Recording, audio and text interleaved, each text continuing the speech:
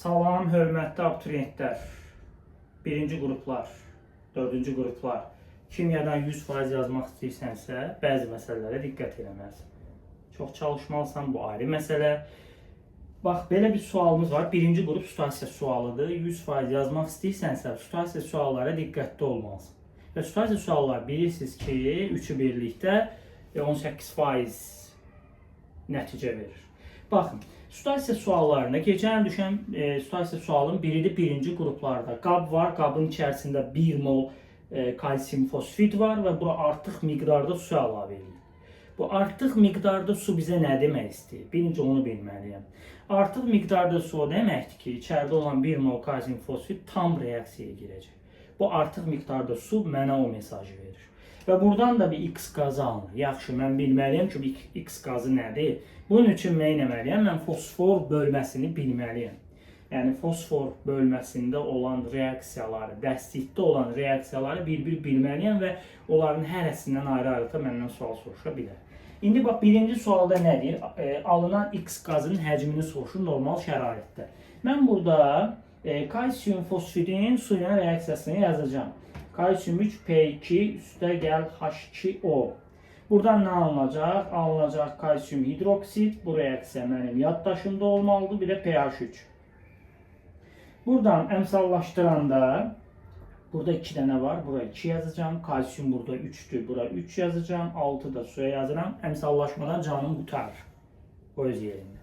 Gəldi bizə normal reaksiyaya baxanda 1 moluna 44,8 litr pH3 alınır. Niyə 44,8? 2 moldur. Elə məndə qabda da 1 mol var idi. Elə ənənəvi olaraq yazalım. 1 mola da X olsun.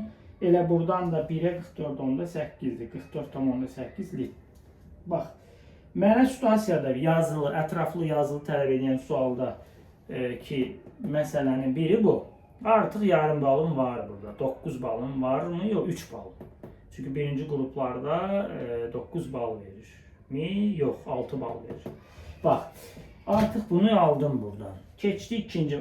Burada bir məsələ var. Bəzən ola bilər ki, məsələn, qapalı tipli testlərdə kalsium 3P2 burada ox qoyub pH3 şəklində yazanlar var.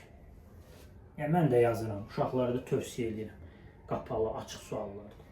Vaxt itkisi yoxdur, rahat biraz sənə vaxt. Amma situasiyalarda yazılı, ətraflı yazı tələb edən məsələlərdə buna belə eləməyin, çünki işinizi şansa buraxmayın. Burada bal verməyə bilərlər. Bu çoxluqdan, topluqdan asılıdır. Yəni, çoxluq istifadə edəndə adətən nəzərə alınır bəzən. Amma alınmaya da bilər. İşinizi şansa buraxmayın. Yəni, çalışın bu üsulla yazmayın. Söhbət ətraflı yazı tələb edən tapşırıqlardan gedir və yaxud da situasiya sualında. Bu belə. Bundan sonra gəldi ikinci məsələ. İkinci məsələdə nədir? Bunun alovlanma reaksiyasının tənliyini yaz deyir. Biz burada bilməliyik. Yəni pH3 yananda demişik pH3 o havada öz-özünə alışıb yanır. Nə alınır? P2O5 və su əmələ gətirir. Yəni mən bu reaksiyanı da həmin mövzuda bilməliyəm. Reaksiyanda ümumiyyətlə yanma reaksiyaların tənliklərini əzbərləmək üçün belə bir qayda deyim sizə. Fosfor yananda P2O5 alınır, hidrogen yananda su alınır. Əssalam. Bunu əmsallaşdıranda burada fosforda 2 var, qabağa bir 2 yazaq, görək nə olacaq. Sonra burada hidrogenimiz 6'dır, bura 3 yazaq suya. Deməli 5 burada oksigen var, 3 8, 2 buradasa 4 da burada yazın və salam. Artıq bunlar ikincinin həlli var. Artıq mənim situasiyanın birində tam balım var. Yəni ümumiyyətcə situasiyalarda nə etməliyəm? Reaksiya olacaq mütləq. Reaksiyanı tam şəkildə yazmalıyam. Özü də əmsalı ilə bir yerdə. Əmsalsız reaksiya olmur. Əmsalı yazmamsansa sənin balın kəsiləcək. Və yaxud da mətdə abituriyentlər reaksiyanı yazdın, doğru əmsallaşdırmadın, amma müəyyən belə deyək də tənasübdə cavab doğru çıxır. Orada belə balın kəsiləcək. Ona görə reaksiyanı yazacaqsan, əmsallaşdıracaq. Əmsalsız reaksiya olmur. Hər kəsə uğurlar. Bir də xahiş edirəm, kanala abunə olun, dəstək olun, rəy yazın, fikirlərinizi yaza bilərsiniz.